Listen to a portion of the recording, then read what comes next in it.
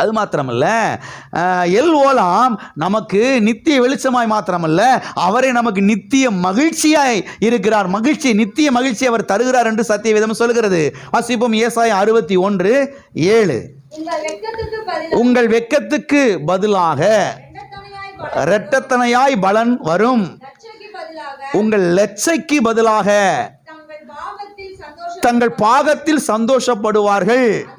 அது நிமித்தம் தங்கள் தேசத்தில் இரட்டிப்பான சுதந்திரம் அடைவார்கள்.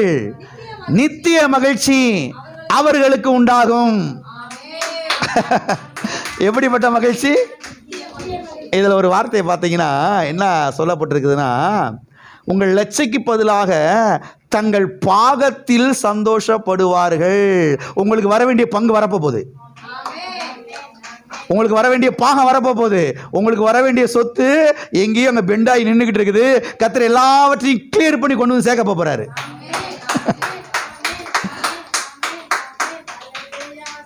இதை நான் சொல்லணும்னு சொல்லலை, இப்போ சொல்கிறாரு. என் நோட்ஸ்ல எல்லாம் இல்லை, அது கர்த்தர் உங்களுக்கு சொல்கிறாரு.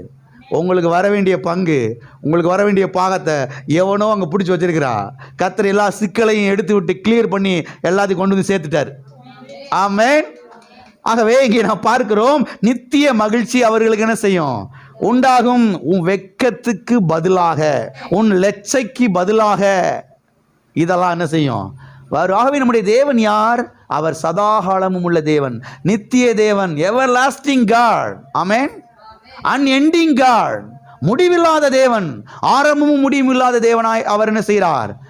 இருக்கிறார். ஆமென். அப்படிப்பட்ட தேவன் உங்களுக்கு நித்திய மகிழ்ச்சியை செய்கிறார், தருகிறார். ஆமென்.